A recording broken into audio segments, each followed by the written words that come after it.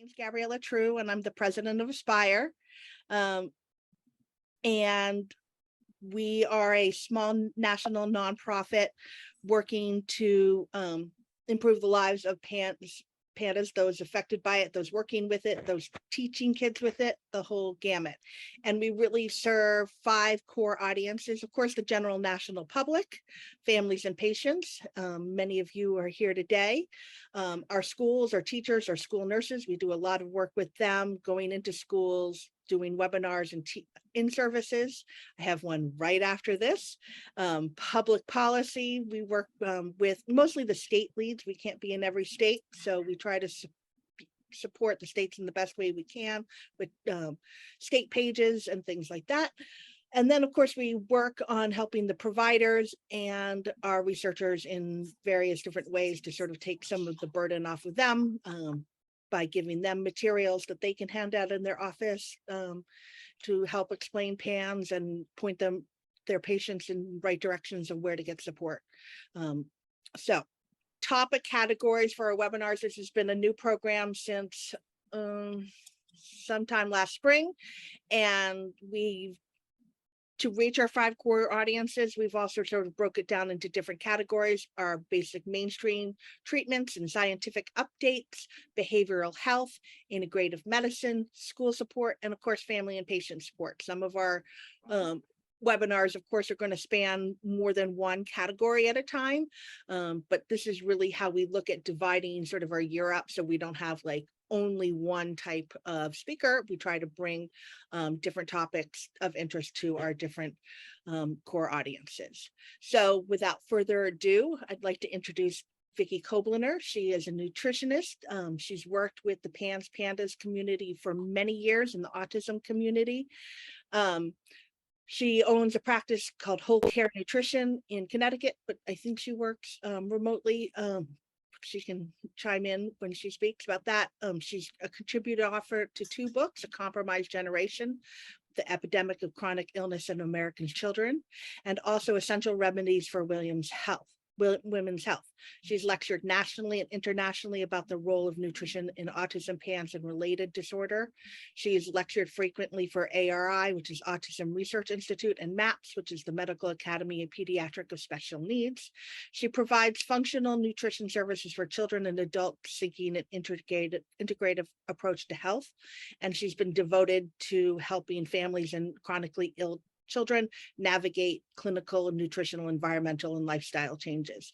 On a personal note, when I was raising my young kids when they were young out in California, and we were going to move back to Connecticut, I was like, oh my God, I have to switch doctors. I have to switch providers. It was a little stressful, as you all know. And one of my friends said to me, oh, but Vicki's in Connecticut. I mean, you're fine. Like, she's awesome. You've seen her lecture so many times at ARI, because we used to volunteer to help at ARI. So it was nice to know that there would be a soft place to land with somebody who could help support our family when we came across country. So it's a great honor to have her come speak today. And without further ado, I'm going to stop sharing my screen and let her speak. Okay, thank you, Gabriella. And Mutual Admiration Society, Gabriella, you've been an absolutely incredible mom, an incredible supporter, an incredible advocate, and you just amaze me with all you do every day. So I'm honored to have been invited to speak. And today, obviously, we're going to talk about nutritional interventions for PANS and PANDAS. I am a registered dietitian nutritionist, so I've had I was trained very conventionally, but then through my life experience and my early exposure with my own children and my own and other health issues, basically found the world of functional medicine, functional nutrition, and that's been my focus ever since. And one of my primary focuses now actually is working preconceptually, prenatally, and in first years of life to help reduce risk. So, but now today we're going to be talking about PANS PANDAS, and a lot of what we talk about, as many of you probably know, is essentially looking at inflammation. So that's the key thing that we're going to do, is we're going to try to look at inflammation. So as I said, Vicki Kobliner, you can contact me at Whole Care Nutrition. The phone number is there, but I would not use that. I would use the email absolutely as the primary form of communication.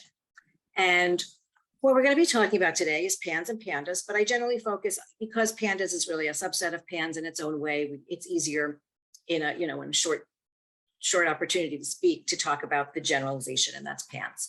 So what we know about PANS is that it's characterized by an abrupt, acute, dramatic onset of OCD or severely restricted food intake. Many of you, I suspect, know this or have heard this before, but I do want to reiterate. What often happens, at least in my practice, is I get people whose children are either exhibiting OCD, or they might have some rituals, or they might have reduced their intake, and they will immediately say, well, I think my child has PANS and PANDAS. But in truth, it is the abrupt, acute, dramatic onset that is the real clinical indicator that tells us that it's PANS and PANDAS and not some other underlying disorder. So looking for that acute onset is a key piece of this. We also know that with that acute onset is going to be the concurrent presence of some other neuropsychiatric symptoms, often with similar acute onset. So it can be lots of anxiety, emotional lability, and/or depression. When you see severe anger, irritability, aggression, oppositional behaviors, again, that crop up fairly unexpectedly, that's something else we're going to be looking at, as well as behavioral or developmental regressions, deteriorations in school performance. And one of the things we see a lot is changes in handwriting, a reduction in the ease of reading the handwriting. It becomes much more, looks like it's from a much younger child. Motor or sensory abnormalities are also evident. Somatic signs and symptoms like sleep disturbances, enuresis, urinary frequency, all of those can be signs or symptoms that are not better explained by any other neurologic or medical disorder.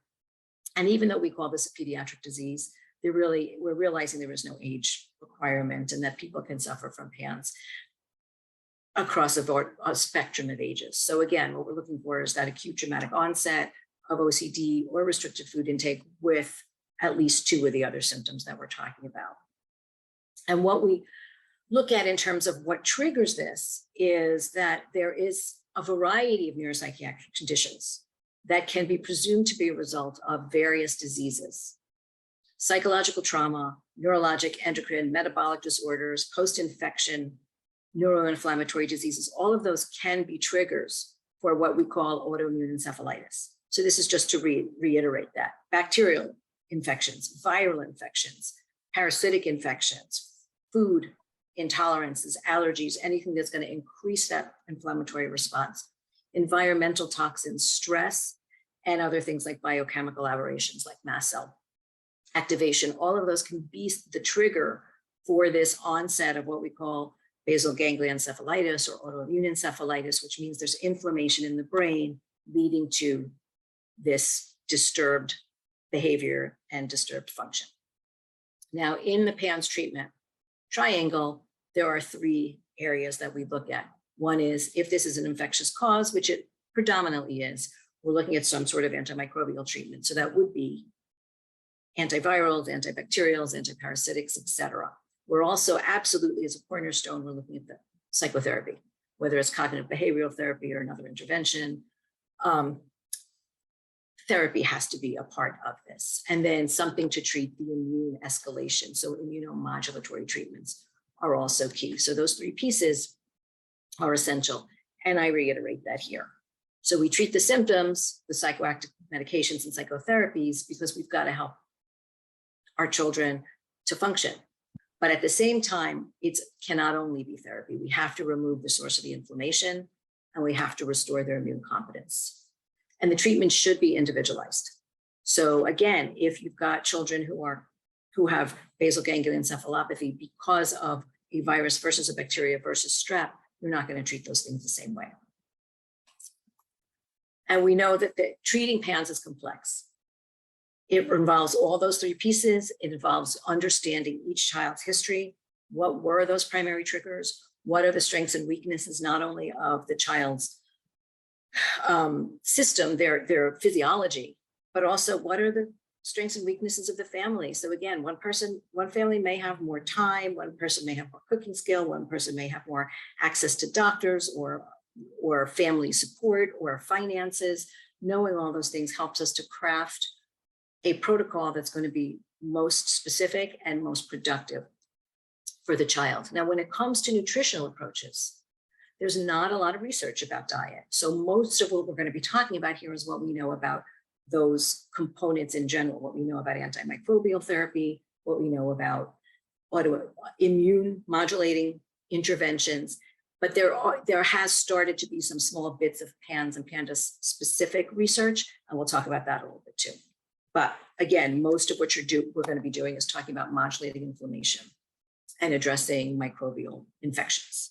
So one of the things we're going to, as I said, we address the inflammation and the autoimmune response that results from that. We also need to look at the gut. Gut dysfunction is a cornerstone and a key modulator of an aberrant immune response. It allows more toxins into the body. It can cause encephalopathy as well. And so looking at the gut, and because the gut is kind of the primary entryway into the body, when the gut is disrupted, everything else can be disrupted, and gut dysfunction can be a real trigger in PANS PANDAS. And then we look at what nutrients, what supplements, what nutraceuticals, herbs, et cetera, can actually work for specific symptoms, such as OCD, tics, et cetera. We try to figure out what is the pathogen that may be problematic here, and which herbs, nutrients, et cetera, may be specific for that pathogen. And then we also have to think about the food restrictions and limited diets that many of our children are living with. And how do we help them to have a diet that's nourishing and anti-inflammatory when there are barriers to intake? So when we think about PANDAS, I want to go back to the gut for a minute because that's where it all starts. We know that when somebody's got an active strep infection, they're going to, predominantly they are prescribed antibiotics. The antibiotics then can cause gut dysfunction. Those antibiotics are going to kill the good bacteria in the gut. That causes chronic stress in the gut. It also allows for all kinds of toxins and inflammatory and allergenic factors to enter the body. Because again, when we think about the gut, from mouth to anus, it's essentially a tube. Whatever you poop out, you have not really absorbed. You can have some localized inflammation, but it's not systemic. Once something is absorbed through the intestinal wall into the body, into the bloodstream, then it becomes systemic. And that's where you see a lot of the problems. So when the microbiome is negatively affected, you have a more porous intestine. And when the intestine is more porous, you absorb more inflammatory and toxic compounds. So, and that imbalance impairs immune function, and then you take in more of these inflammatory compounds. And so you're at a major deficit. We also know that 23 million Americans, about 8% of the country, have an autoimmune disease. 70% of our immune system is located in our digestive tract. There's a very, very strong correlation between intestinal diseases and other non-gut-based autoimmune diseases. So when we're thinking about the role of the gut, it both impacts the fact, our immune system, because most of it is mediated in the gut, it's going to have a huge impact on what's happening everywhere else. And we also know that autoimmune diseases are going to exacerbate underlying conditions. So when you work to improve digestion, balance the gut flora, you will inevitably have a good functional effect on your immune and nervous system health.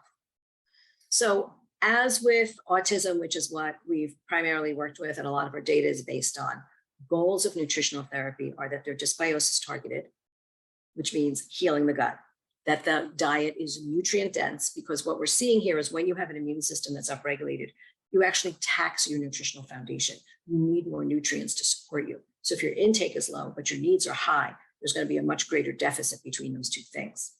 One of the things that is very important for an anti-inflammatory diet is that it should be rich in unprocessed plant foods, clean sources of protein and fat.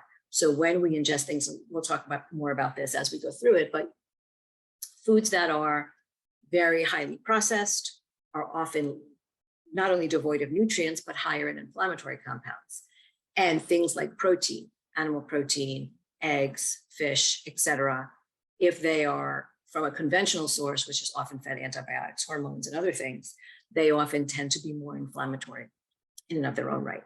So we want to reduce or get rid of the inflammatory components. We want to add the anti-inflammatory compounds, and we have to address reduced intake, reduced appetite, anorexia, food restrictions with things like concentrated sources of fat, may possibly frequent small meals as opposed to large meals, but we're going to talk more about what it looks like to address a child with food restrictions.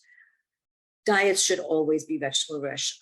We had a question that was sent, in advance that basically said if there's one food that somebody should think about changing the diet to support an anti-inflammatory diet, I would have to say vegetables. And we'll talk a little bit more about that as we go through. But vegetables really are the compound that we see most children do not get enough of. Most Americans don't get enough of. It should be about half of our intake daily.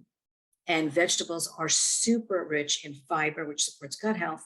They're also super rich in polyphenols and anti-inflammatory compounds. All the brightly colored things that we see, the oranges, the reds, and food counts here too, but vegetables primarily. Orange, red, yellow, green, all of those bright colors are made from compounds that are actually anti-inflammatory and support good health. So if there's one thing we want to focus on getting more of into our children, it's vegetables. And again, I mentioned good quality protein, ideally pasture-fed, but organic is also better. Healthy fats, and these are some of the best sources of healthy fats, include things like olives, nuts, and seed oils, coconut, avocado, and their oils also. Resistant starches, and we'll talk a little bit more about what those are, and prebiotic foods. Both of those are essential because they actually are what our microbiome, our gut bugs, eat. So when we feed our gut bugs, they grow healthy and strong. When we don't give them enough to eat, they also can get depleted and struggle to engage.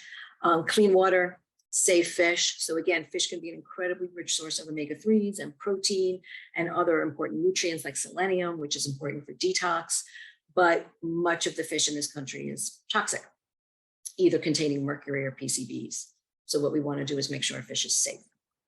And then including things not as a afterthought, but as a foundational component of our diet, anti-inflammatory herbs and spices, and antimicrobial foods and herbs and spices.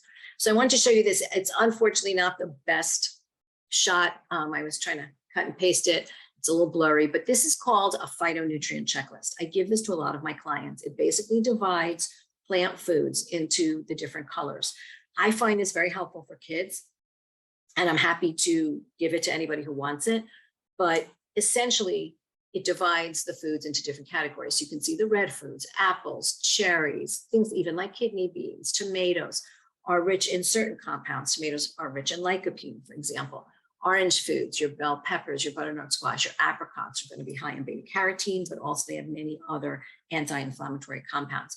So what we try to do is I give this to families and to help them work with, let's see how we can excite our children. It's for both of us. It's for moms and dads to say, are we as a family getting these things? Are we getting at least, 5 of these a day into the diet?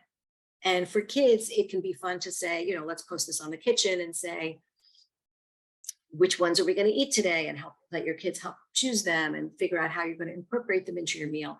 But we often think if children are eating a vegetable at dinner, that's enough. But really what your goal is, here it says 1 to 2 servings of every color every day. That is an ideal goal. A serving is about, depending on the size of the child, maybe a quarter cup to half a cup. So that's a lot more vegetables than most people are probably eating. And again, if you're going to make one primary change in your family diet, you want to start thinking about getting more of these vegetables in. Fruits and vegetables with these brightly colored foods, and predominantly vegetables. So I mentioned resistant starches. These are the things that feed your gut bugs. There are studies that show a lot of our clients are on low carb diets. They might be on a specific carbohydrate diet or a GAPS diet or a ketogenic or another type of very limited grain diet, which can be fine. And I've had very good success with these diets with many clients, especially those with a lot of dysbiosis. But substantial research shows that over time, if you do a diet like that for more than about 6 to 9 months, you start to actually see a reduction in the diversity and abundance of your microbiome.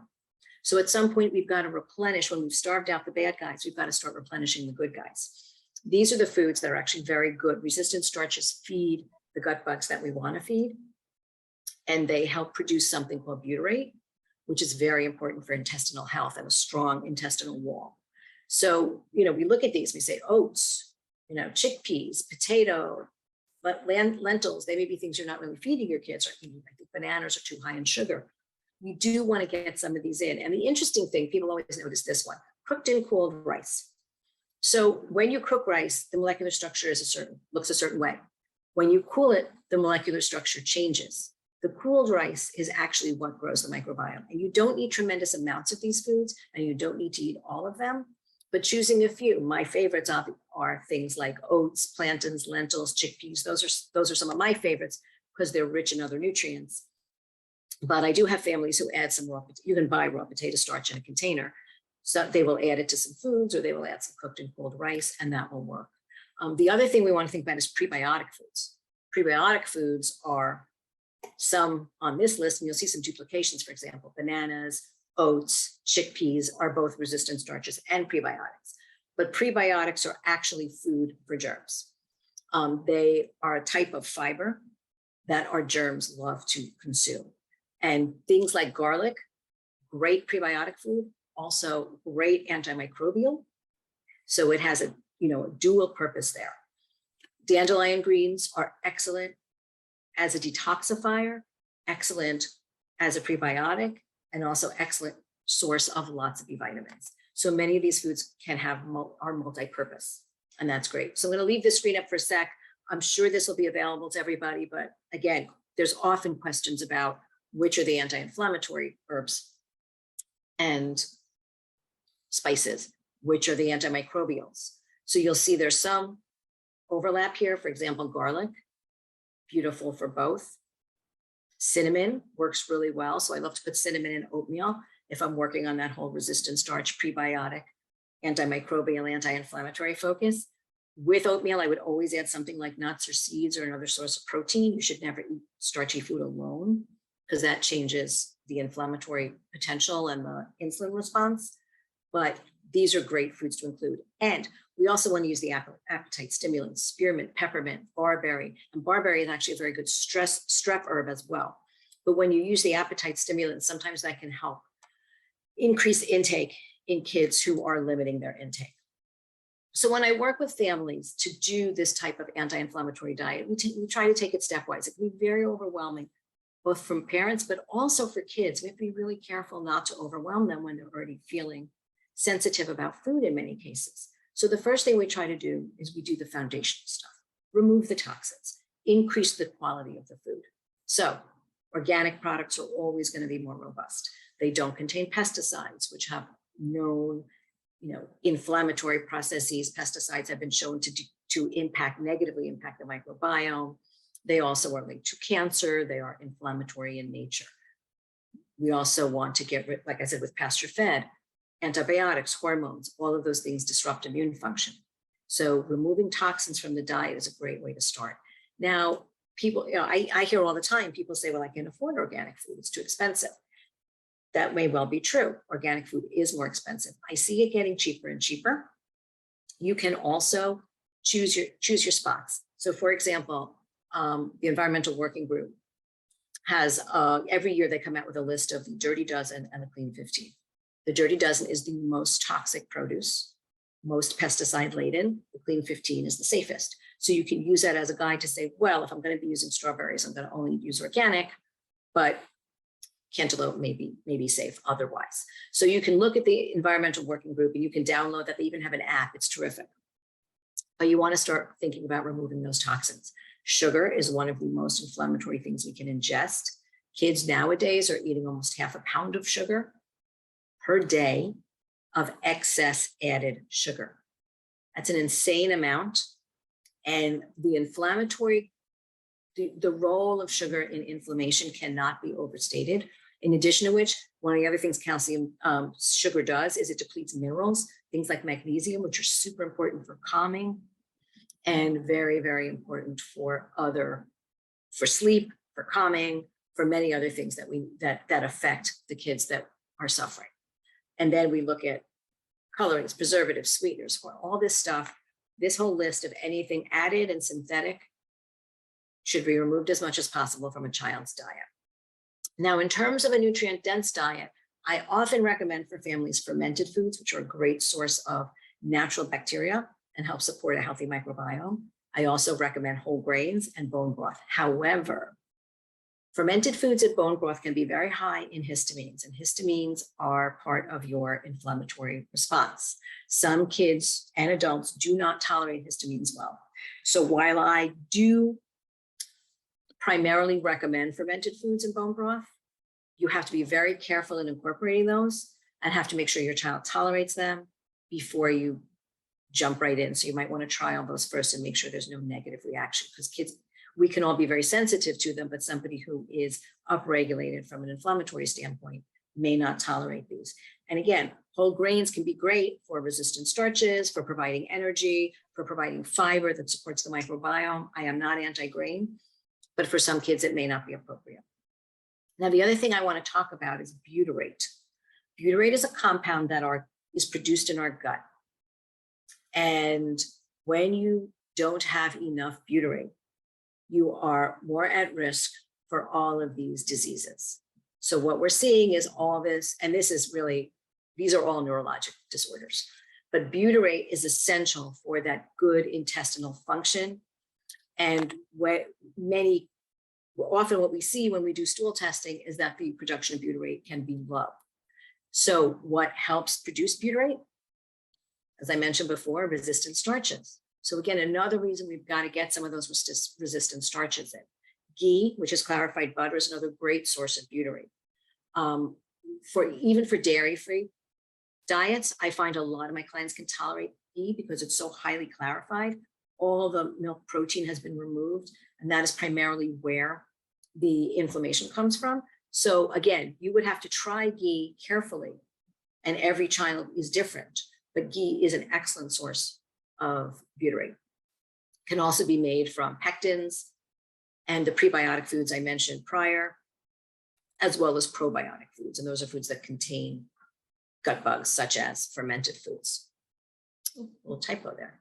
So phase 2, after we clean up the diet and we just make it healthy and get rid of all those excess, foundational toxins, now we're going to think about what kind of foods are specifically inflammatory. Gluten and casein are the top 2.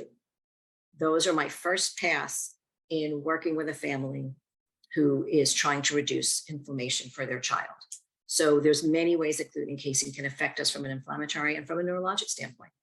We see increased IgG antibodies to both. They're top two of the top allergens out of the top 8. They can affect cognition, focus, relatedness. We know that gluten and casein absolutely increases inflammation. There's some evidence that they have opiate-like activity because they kind of look like morphine in the brain, and they can cross the blood-brain barrier and impact brain function. Gluten foods are high FODMAPs, oxalates, lectins. Those are all different types of food compounds that can be inflammatory. We're not going to talk too much about those today, but gluten is high, all of these things. And so if I have so many clients who have a problem with one or more of these, that when you take gluten out, you reduce that burden substantially. Gluten also interferes with something called glutamate decarboxylase.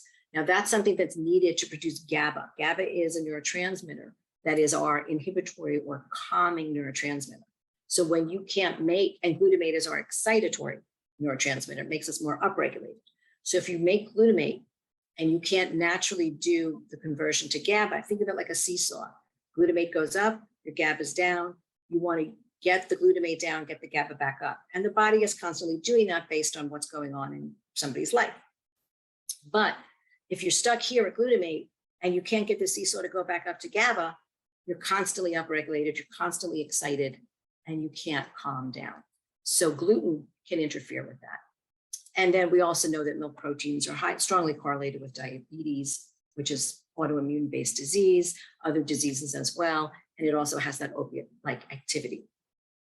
So first pass, gluten and dairy-free diets are some of my favorite things to do after we've cleaned it up. We also know that there are other inflammatory foods that contribute to PANS and PANDAS symptoms.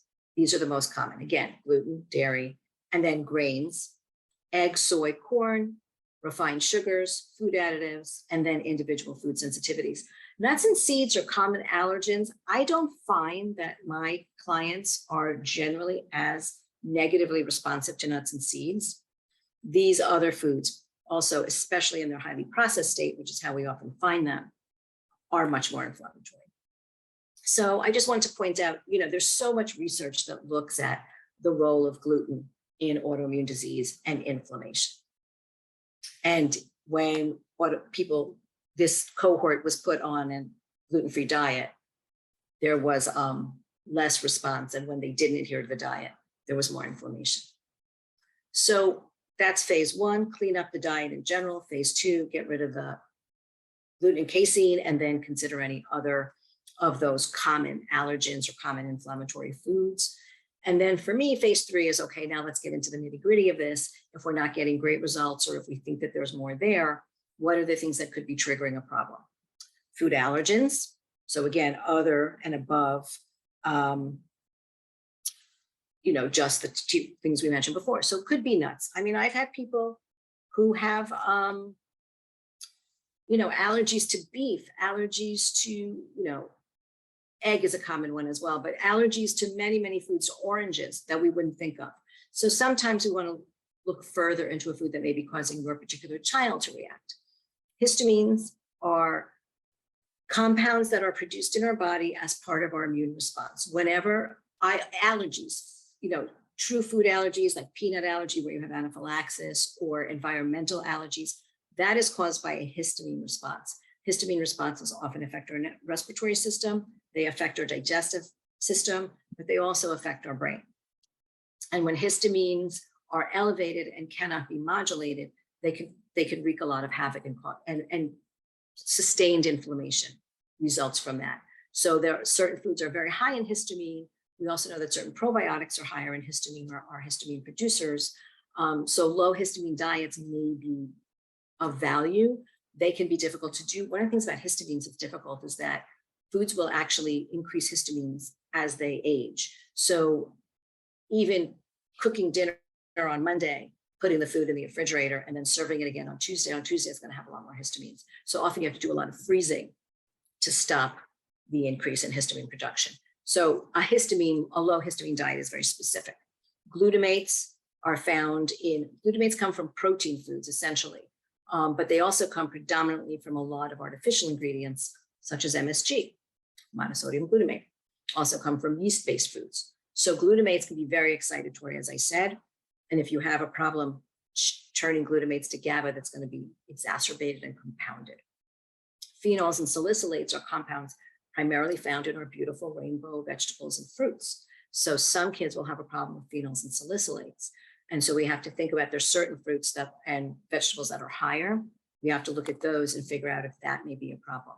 Oxalates are a compound that's produced. Most foods have oxalates, especially plant foods, but ideally our body excretes them. When it doesn't excrete them well, it can cause inflammation once it is absorbed.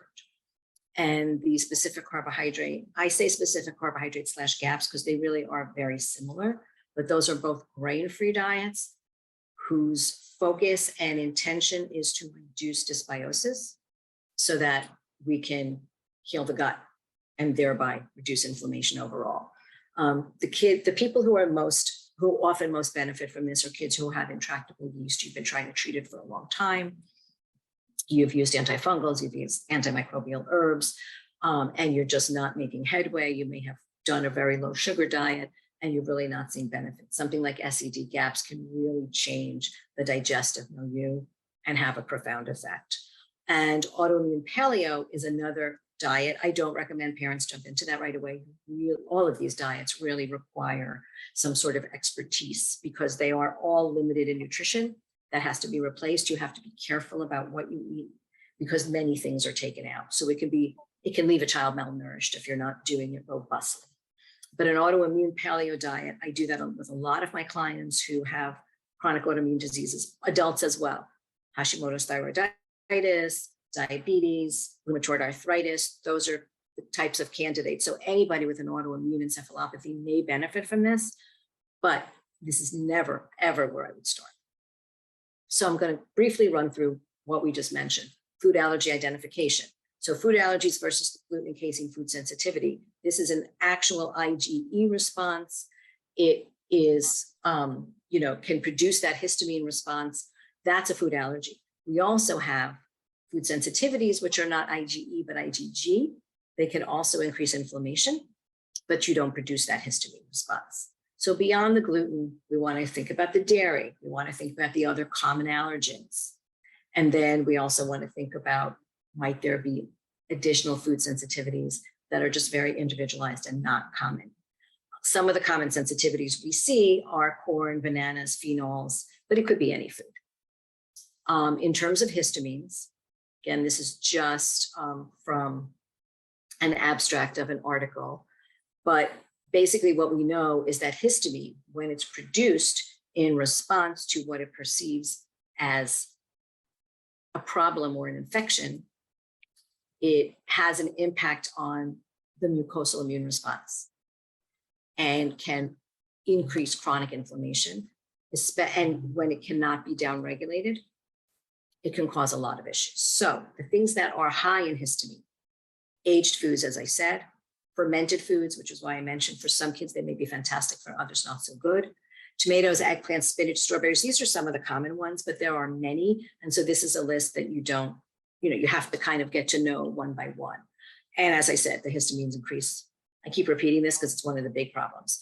In addition, probiotics can be histamine degraders, they can be histamine producers, or they can be neutral.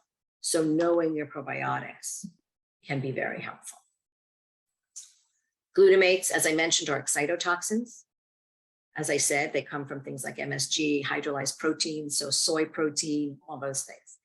Natural flavors, peas, mushrooms, tomatoes, bone broth, as I mentioned, all of those can be a high source of glutamate. And so there are some things called anti-glutamates that can be helpful. And I've listed them here.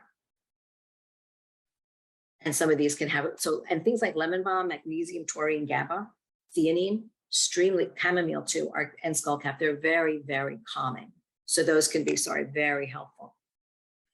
Failsafe is the premier diet for phenol and salicylate intolerances. It removes all artificial food additives and colorings. It also limits those phenolic and salicylate foods. It also includes your glutamates and your amines. So it kind of hits both of those things, as well as certain other chemicals found in things like perfumes and cleaning products, personal care, etc. So the fail-safe diet is, again, very specific. It requires you to learn a lot in the beginning, but once you know what you're doing, it's not terribly difficult to do, and it can have a really robust effect on those who are sensitive to those foods. Oxalates, as I said, molecules that link with minerals like calcium. They crystallize, they cause a lot of pain. They do exacerbate inflammation. And when you have leaky gut, you're going to increase oxalate absorption. It will complex with things like calcium in your bloodstream, and it can actually cause pain. People who have a family history of kidney stones often are at risk for oxalates. Children who actually do a lot of genital manipulation, poke their eyes, that sounds like some crazy stuff. It can be because they're actually having pain when they urinate, or they're feeling pain in the eyes because of the crystal formation. Low lactobacillus reduces oxidate degradation. So if you don't have a good microbiome, you may actually absorb more oxalates. And when your B6 and sulfur is not robust, you also produce more oxalates. As I said, with SED and GAPS, we're talking about intractable yeast. If you're really struggling to control this yeast, you want to consider a diet like this. Removes all grains, all complex sugars, anything that's going to ferment in the gut and feed the yeast. The diet allows protein, veggies, fruits, healthy fats, controlled amounts of nuts and nut flours. It also allows some legumes, but any monosaccharides are basically simple sugars. So fruit is allowed, but anything that's more than one sugar. So a compound of di is 2, polysaccharides, any compound that has complex sugars are not allowed. And here is an article about the role of the specific carbohydrate diet for pediatric inflammatory bowel disease. This SED has been studied for Crohn's and colitis for quite some time, and there are a number of studies that show its efficacy in restoring gut health. But interesting, there is actually a recent case study about the role of GAPS, the GAPS diet, which is very similar to SED, specifically for pandas.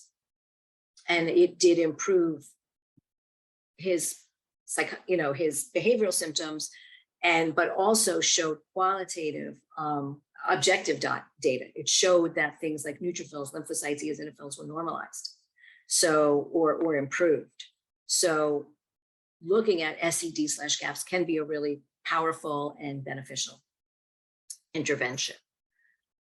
The autoimmune paleo, as I said, is a very restricted diet. It removes any possible allergen, the top 8, all processed foods, nuts, seeds, beans, legumes, grains, dried fruit, dairy, eggs, gums, nightshades, certain herbs that were derived from seeds, tapioca, alcohol, chocolate, and all the top 8 allergenic foods like gluten, dairy, egg, etc. So all of that is removed from this diet. So it is limited. It predominantly relies on animal protein, vegetables, and fruits, and some oils. That's pretty much what that diet includes. So it is not one that I recommend families try without a pretty robust support from a nutrition professional. The concerns with any of these diets is the risk of a limited diet in children. So number one, we're reducing nutritional robustness because we're cutting out aspects of food. So example, if we're taking out calcium, there may not be enough protein. If we're taking out dairy, there may not be enough protein, calcium, vitamin A and D. Doesn't mean it can't be replaced, but we've got to be careful about that. If we're doing something like autoimmune paleo, it's really important that we're making sure that there is good nutrition because we have removed an abundance of foods. When kids are already food averse, food restricted, food fearful, putting them on limited diets can have pretty, problematic results. So in trying to find that balance between a child who is food restricted and helping them have a more healthy diet really needs to be done, number one, with professional guidance, both nutritional and mental health, but also should be done on a very slow and incremental way. So we know that, and in this study, infection-triggered anorexia nervosa, this was a clinical study of 4 cases. We did see there was an identified link between infectious disease, some cases of anorexia. We also know that, there was a case report of eating disorders as a neuropsychiatric manifestation of PANDAS. These are old studies. This one was from 2000. The other one was 2007. We have so much more data now that makes clear that children who have food restrictions, it often comes from the underlying infection. And this is a study that was done, an analysis that was done of children with eating disorders. 52% of the children that were referred to this clinic had a PANS diagnosis. And that was a primary or underlying foundational factor. Now this slide is taken directly from Aspire. So they have an amazing handout on food restriction and restricted eating. And what we see with kids who have restricted eating, often sensory issues, often ritualized eating behaviors, decreased appetite, and that's where some of those appetite stimulants may help, difficulty swallowing, body image issues, and lots of fears, generally and often around contamination or choking, vomiting, etc. So knowing what the source of the fear is a primary, what we need to know to start to address it. It may not be one of these things, it may be multiple, and it is commonly multiple things. So knowing what it is helps us to address it. But in order to address it, you really absolutely need professional guidance. Cognitive behavior therapy, exposure and response prevention therapies are really the cornerstones of addressing food restrictions. But in terms of what I call my quick hacks, for kids who are scared about germs and feel the food is contaminated, sometimes something like offering a probiotic lozenge or xylitol gum, xylitol lollipops can help because xylitol kills germs. So kids might feel more comfortable if they can eat a probiotic lozenge before or after, or a xylitol lollipop before or after meals to know that they are killing the germs. Healthy meal nutrition replacements. So if a child really has textural sensitivities or other concerns, or they feel like they're choking or gagging, Kate Farms, Orgain, and Nourish are 3 of a number of different food meal replacement beverages that are organic. They are plant-based. They are used, they're very clean, and they are designed for kids and do not contain inflammatory sugars, corn syrups, etc. They are designed with health in mind. And I use these extensively with clients who, for any reason, are not getting the nutrition that they need. So I love using those. They should not be the sole source of nutrition, although actually Kate Farms can be as needed, and so can Nourish. They're actually used as tube feeding formulas for children. But we really want kids to be practicing challenging themselves with those, their sensory fears and things like that. So we don't want kids to rely solely on this type of liquid nourishment, but it is possible, and it is a total meal replacement if need be. Orgain is not. You also want to key on preferred textures and temperatures. For example, kids may only like cold foods. So I always tell this to clients. My son hates it, but when he was little, he wouldn't eat vegetables, which of course for a dietitian is, very sad. But I was one day, I buy a lot of frozen vegetables because they don't go bad quickly. And so I keep them in the freezer and I pull them out as needed and I use them robustly. One day I was pulling out some frozen broccoli and he said, "What is that?" I said, "Broccoli." He said, "I want some." I gave him a piece of, I said, "It's frozen, it's hard." He said, "I don't care." I gave him a piece of broccoli. He ate it and he said, "Can I have some more?" So I took the entire bag of broccoli and I dumped it in his bowl and he ate the whole thing. And I realized that he hates the texture of cooked vegetables. He really liked he needed that, the hardness to get that proprioception in his mouth. So he liked chewing on frozen food. And also because frozen food actually suppresses your taste buds, he didn't taste it as much. So for about a year, I would open up a bag of frozen vegetables every day and that's what he would eat. So sometimes kids surprise us with what they will or won't want. So think about temperature. Textures also. If your child doesn't like a carrot, think about a carrot chip. Think about a pureed carrot soup. If they're worried about choking, carrot soup can be great. Tomato soup, broccoli soup, any of those things. So thinking about what is it that your child will accept and what are the things that are barriers can help you key in on the form of the food or again, temperature, things like that, that can make a difference. So I want to talk a little bit about nutrients, nutraceuticals. Some of the key things to take away here are what is therapeutic nutrition. Therapeutic nutrition is not just that foundational, we should all eat a healthy diet, which I totally believe in, of course. Foundational nutrition is the cornerstone of health. We should all be eating healthy diets. But for many people who have chronic illnesses, you need more than just what you're going to get from food. You may need supplements of some form, herbs, nutraceuticals, etc. Because what you have is, we all think about that, what used to be called the RDA, which is now the DRI. So for example, if you look on a package, it'll say the DRI for vitamin C is 60 milligrams. However, for somebody who is chronically getting ill, who has an under-functioning immune system, they may need 3 grams of vitamin C a day. They're not going to get that from a couple of oranges. They need to take that as support.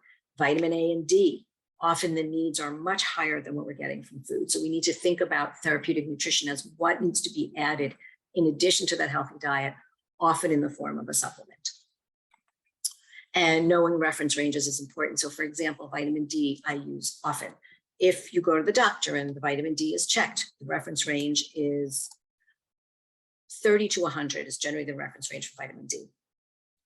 In functional medicine, 30 is considered quite suboptimal. 50 is the goal, so between 50 and 75. So if your child has a vitamin D of 30, we're going to want to supplement, or we're going to want to get him out in the sun. But your pediatrician may say, "Oh, he's fine. He's got a vitamin D level of 30. It's all good." Therapeutic ranges and knowing those reference ranges makes a big difference in where we see opportunity to support kids. And vitamin D is, essential for not only immune function, but also essential for brain health. So something like vitamin D, it is really important to know those reference ranges. And here we go. PANDAS, cross-sectional evaluation of plasma vitamin D. And what we see is that PANDAS patients have reduced vitamin D levels and increase the possibility of recurrence. So we really want to be paying attention to what is the vitamin D level, and is it in that 30 to 50 range, which the doctor may say is fine, or is it in that more optimal 50 to 75? We also look at omega-3 fatty acids, strongly anti-inflammatory, also immune modulatory. So they not only help reduce inflammation, but they calm the whole immune system. We have seen studies where omega-3s they reduce inflammation overall, But what we did see is some production, some support for the reduction of tick-related impairments in kids with Tourette's. So this one included olive oil. I find fish oil much more powerful and potent, but olive oil also does contain omega-3s, as do nuts. But we do see that we can get some reduction in ticks with the use of those omega-3 oils. NAC is, and this is again one study, but there are multiple studies that show reduction in obsessive compulsive scale, Hamilton rating scale for depression when we add something like 3 grams of NAC. This study was done with fluvoxamine, but NAC on its own has also been shown to particularly helpful. There's studies of it with trichotillomania, which is hair pulling. And there's good detail and good research that shows that NAC, either with psychiatric behavioral health medications or on its own, can help with OCD. The other thing I like to use is something called Bliss K12. That is, and that's the probiotic lozenge that I was talking about. This is actually a type of strep. You know, it's always like, I always call it the Wizard of Oz. We got, you know, the good witch and the bad witch. We've got the good strep and the bad strep. Strep salivarius K12 actually kills other strep bacteria in the mouth. So when you use something like Bliss K12, you can actually reduce the amount of strep that is swallowed. Now, this is the strep most related to dental caries, but it still reduces the bacterial load and can be helpful. Xylitol is another great compound. It is a sugar alcohol. It replaces, so on the one hand, it replaces sugar, which is great, but on the other, the other thing about it, which is great, is that xylitol has been shown to be a very effective anti-strep intervention. It reduces dental caries. It has been shown to be equally as good as conventional toothpaste in supporting a healthy mouth, reducing plaque levels. So, and again, we talked about the fact that you can say to a child, well, if you chew the xylitol gum after you eat or before you eat, you're going to be able to kill some of those germs. And so xylitol does have good evidence that it actually reduces growth of nasopharyngeal bacteria and oral bacteria. Here is a small article that really just looks at a variety of different herbs that have anti-inflammatory properties, okay? And that also have some anti-strep power. So all of these do both of those things. We're talking about quercetin, we're talking about garlic, we're talking about cinnamon, thyme, licorice, ginger. There's a whole variety here. But again, remember, our antimicrobial and anti-inflammatory immune modulating herbs should be a planned and focused part of our diet planning, not just, you know, a second thought. Curcumin, there is decades of research on the use of curcumin as an anti-inflammatory, and it has actually been shown to reduce compulsive behavior. We also know that magnesium can be extremely calming, can help with Tourette's, can help with sleep, can help reduce OCD. So magnesium is one of the first and foremost things you want to think about because it's safe and easy to take. Inositol, which is a B vitamin derivative, has also been shown to be helpful for OCD. You need a lot of it, huge, 18 grams to really get powerful effect. But since kids are smaller than adults, sometimes we do find benefit when they're taking lower doses, but you don't want to walk away from deciding whether inositol is helpful unless you've got up to a pretty robust dose. Tryptophan is, it's an amino acid. It comes from protein foods. Amino acids are the building blocks of protein, but tryptophan, when added to other medication, also showed specific improvement. So thinking about, is your child getting enough protein? A lot of our kids are not eating a lot of protein. So at the baseline, you want to get that protein in, but then you may also want to think about supplementing with tryptophan. You can do tryptophan directly, you can do 5-HTP, but you want to think about supplementing with something, you know, that's going to get the tryptophan into the body. Now, when you're trying to do this, you really need to think about what I mentioned before. How do you balance nutrient density and food elimination. You have to avoid over restriction, but if you're too liberal, then you're also going to have more inflammation. So when you reduce the inflammation, the nutrient density also often is limited. You start to struggle with getting enough adequate nutrient density. When you don't remove enough things, you often have higher nutrient density, but also higher inflammation. Now, things like gluten or sugar, that only goes one way. You can remove those. You're not really going to impact anything too negatively. It's a good thing. But when we're talking about things like polyphenol fruits and vegetables, and when we're talking about certain allergenic protein foods, that's where you have to be very careful. So in summary, there's not enough clinical evidence to define a PANS PANDAS diet per se. But we need to use our good judgment. We use tools to address the symptoms, and we can utilize all those. In our toolkit, we can utilize what we know about the symptoms and also what we know about immune function and inflammation. Nutrient-dense, unprocessed whole foods, diets free from food allergens and sensitivities are really the cornerstone. Gut healing modalities are really important. Antimicrobials, anti-inflammatories, addressing strep, other pathogens, adding those immune modulating foods and herbs, and then replenishing depleted vitamins and minerals. So I know I spoke a lot today, squeezed a lot in, and now we're going to talk about questions, right, Gabrielle? Absolutely. All right. So I know we had a bunch of questions that came in over the past month as we've been promoting this webinar, and many of them have been incorporated into your talk, so we don't need to address those. So I have some questions here, and I've been looking at some of the side ones. Sure. So if you're looking at those intolerant foods, not the pure IgE allergen Not foods, the allergies, right? Mm-hmm. What are your thoughts on an IgG test just to get started? I have mixed feelings. I always say IgG tests are like a bad map in the forest. If you are lost in the forest and you want to find your way out, you would like to have a map. It would really be important. But if you have with a bad map, you're going to take a lot of wrong turns before you figure your way out. IgG tests are not valid. They're not validated by classic standard labs.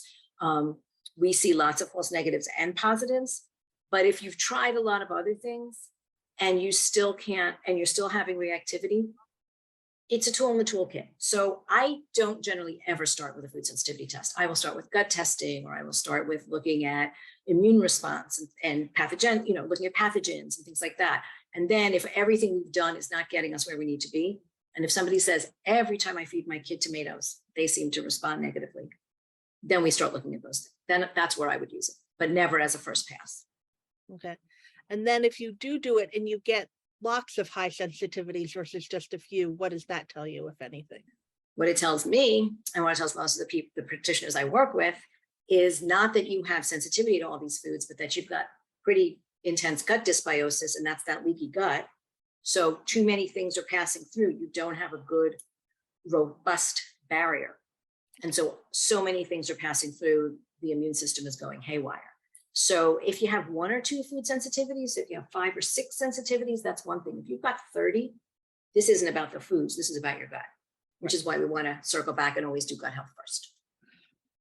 Okay. And then what are signs of issues with oxalates, and what about testing for those?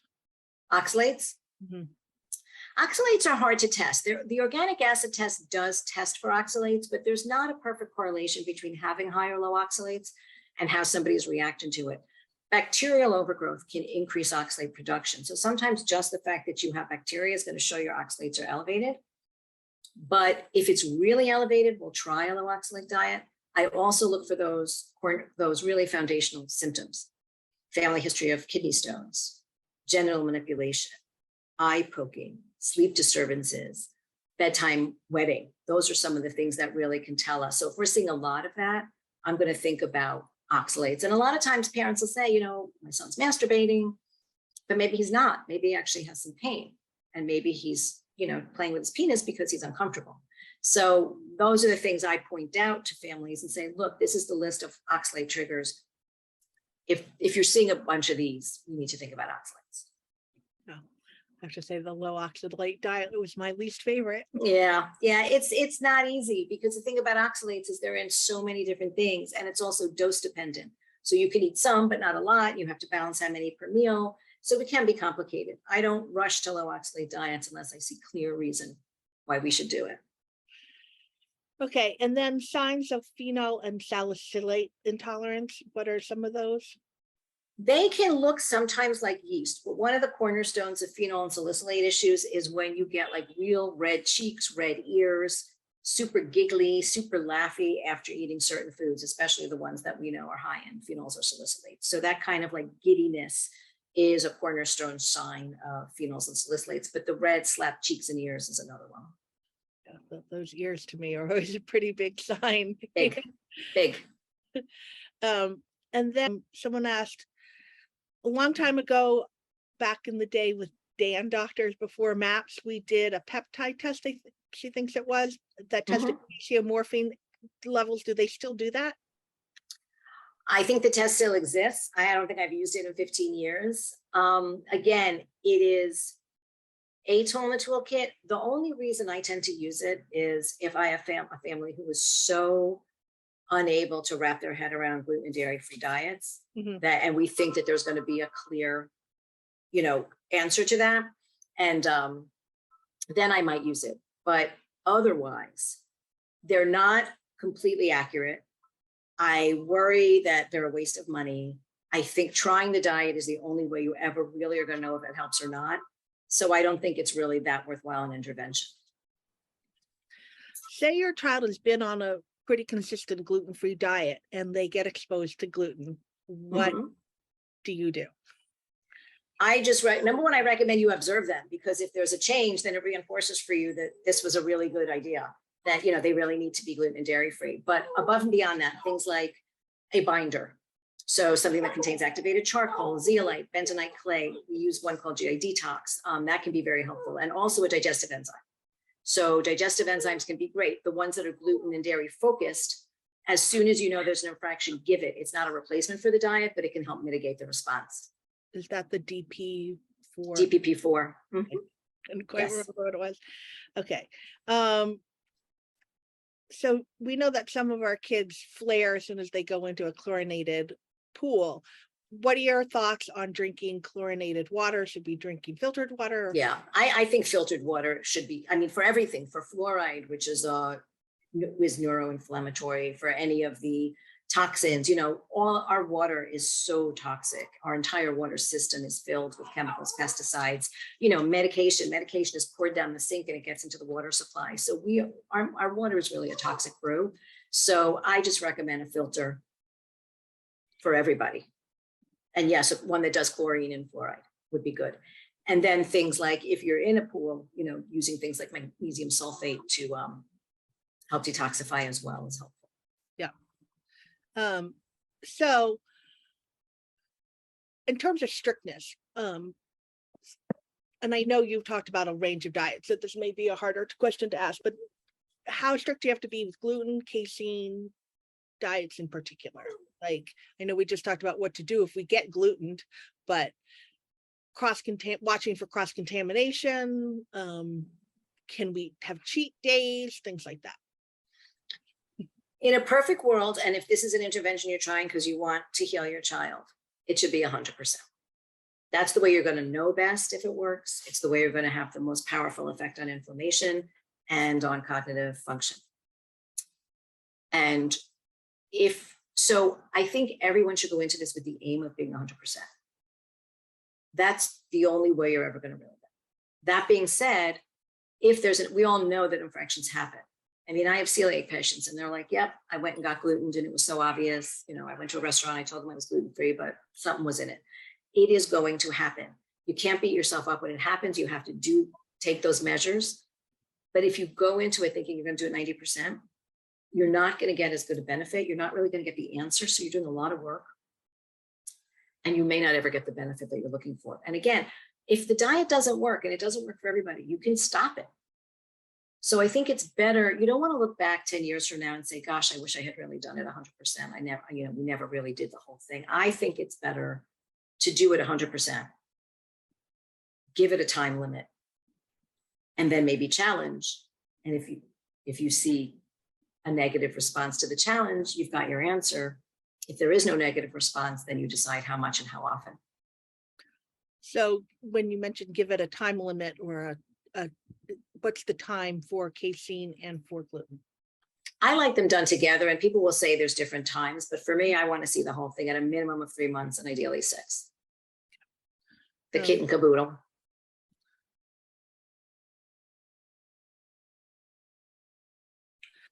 Do you have a suggestion for counteracting the negative effects of nightshade?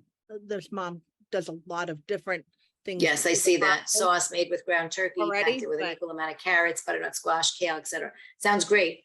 Bravo to you. How can you possibly counteract the effects of nightshades? There is a sauce called Nomato. I don't know if you've ever heard of it, but it's a nightshade-free tomato sauce. It is possible you could try to do a slow, gradual kind of mix of some of the Nomato with some of the tomato sauce you make, and slowly but surely move your kid into the Nomato. But there are non-tomato nightshade-free sauces that you can consider. The other thing I would ask about that gluten-free pasta is it a grain-based pasta or is it a bean-based pasta? Because some of the bean-based pastas are actually much richer in fiber and protein and lower in carbs than some of the gluten-free grain-based pastas. And some of them taste really good. So I would be thinking about that too. I know you have the ground turkey in it, but I love to get more of the fiber into the pasta as well.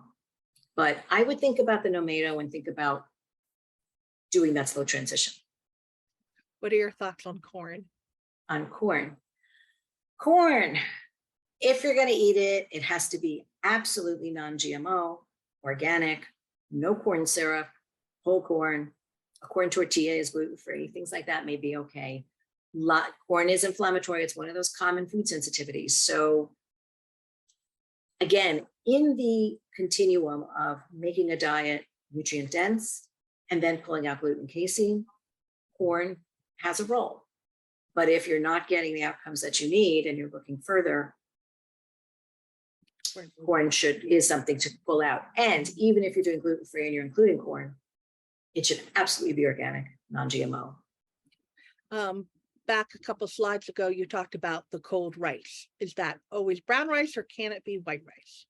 Can be white rice. I did have a question from somebody who asked if white rice is anti-inflammatory and is it a good grain for the microbiome? So I think that's where the person might have gotten that question.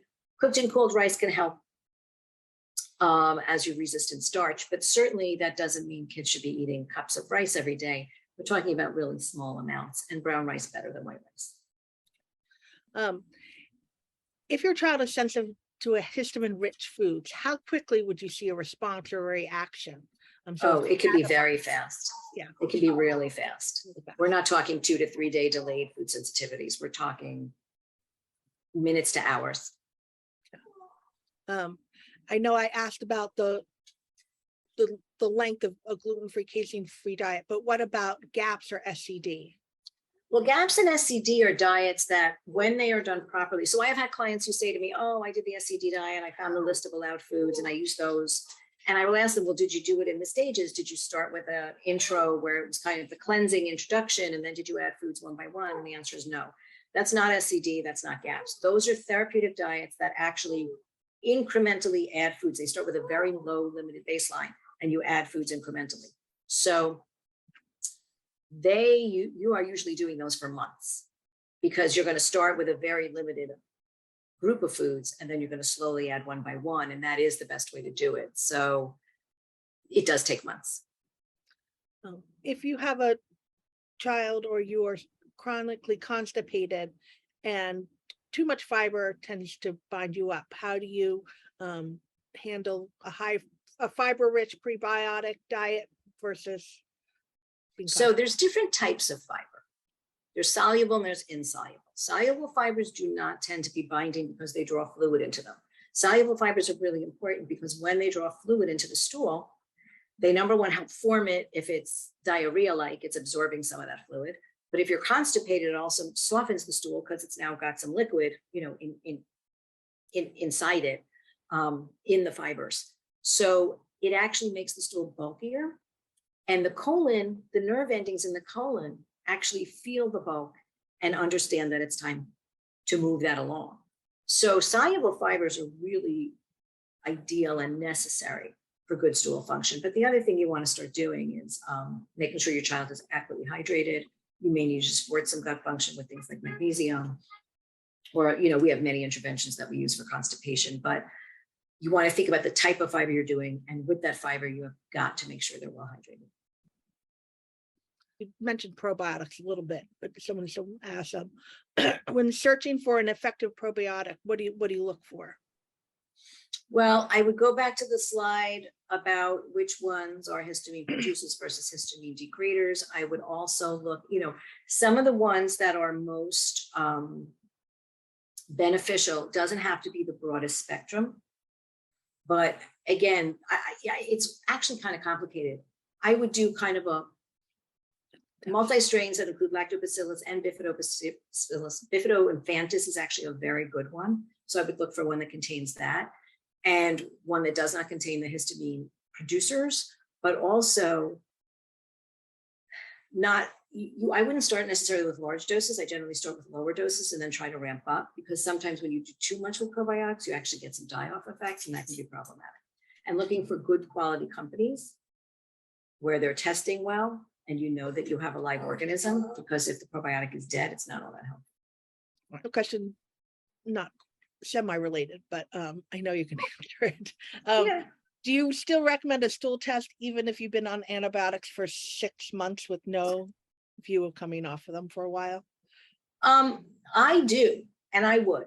And the reason for that, and we do, and we, in my practice, we do. The reason is that if you're on antibiotics for that length of time, then that's kind of your steady state. That's your foundation.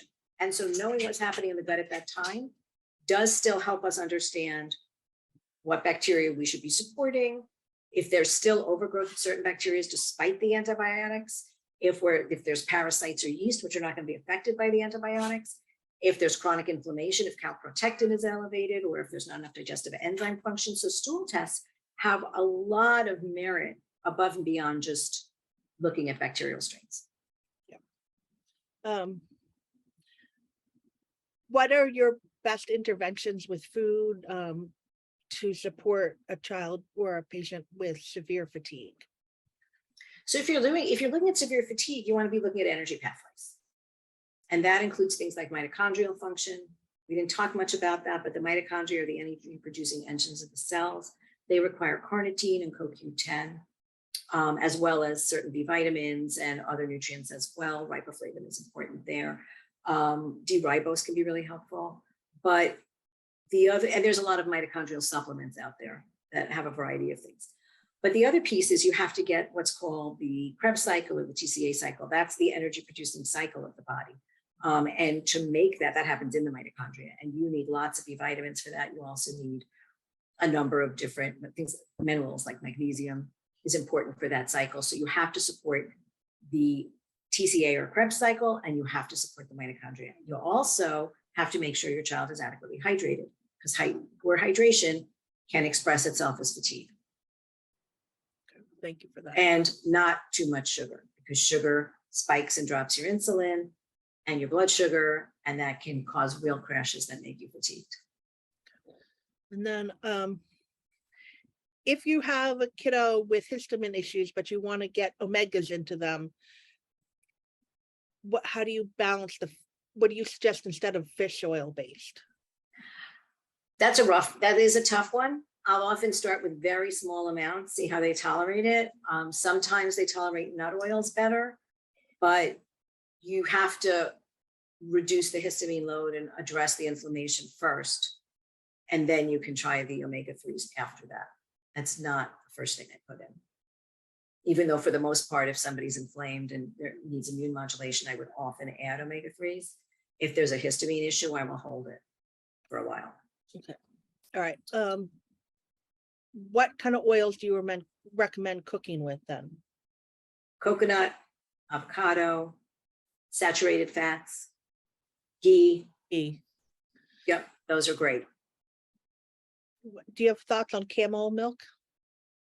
So camel milk, there's differing data on camel milk. It was all the rage a while ago. The issue with camel milk is some people say that it is very neuroprotective, and there are some studies that support that, but they're small. A lot of the information is more anecdotal. It does seem to be better tolerated than cow's milk, but if you're doing a dairy-free diet, camel's milk is not a replacement. You're not dairy-free if you're drinking camel milk. The other problem is even camels, if you have I don't know if the listeners have heard of a frat antibody test, but folate receptor antibodies are another problem with immune inflammation. And when you test for folate receptor antibodies, if they are present, camel milk exacerbates them. So knowing if you have folate receptor antibodies would also dictate whether it would be appropriate or not. So it's, are you doing a dairy-free diet? Camel milk is not okay. Do you have frat antibodies? Camel milk is not okay. If those two issues are not present, yes, you could try it and see what happens. All right. And so just one thing on xylitol, just make sure you don't have it near your pets, because Yes, thank you. Someone put it in the chat, but I was going to say it anyway, because yes, sorry, I meant to say that. Thank you. Oh, because if anybody it kills pets, yeah. They know I'm obsessed with my dog. So yes, and children drop things of toothpaste on the ground, like it's not. Yes. Anyway, right. That is true. Thank you. So two questions for part of one. Are you accepting new clients, and do you see remotely? Do you require an in-person? I accept new clients. I am seeing people remotely. They can go to my website, Whole Care, HOLCARE. Think holistic care. It's not HOLE. It's not like I'm treating a whole. So HOLCARE Nutrition. You can click on the Become a Client. The other thing I want to tell your listeners, our listeners today, is I'm actually in the process of also launching a menu planning program, and I'm hoping to have it on my website on Thursday. Right now, you can click on a free trial of an anti-inflammatory diet, but it's kind of beta right now. It's not ready to launch, but if people want to have a meal planning program ready for them, it's another opportunity. So I think that could be really helpful. And again, you can go to my website and see the trial. It's a 3 or a 5 day trial, but then I'm hoping a Thursday or Monday that I'll be able to launch it completely. And you also work a lot with expect or soon to be pregnant moms and pregnant moms, right? That's my jam. I call it the Healthy Baby Roadmap, and it is basically 6 months before you want to conceive. I mean, you can do any time in the process is great. If you're already pregnant, it's great. But ideally 6 months before you want to conceive, I do prep, preconception, conception, pregnancy, and the first year of life. And with the goal of having resilient children who are not chronically ill.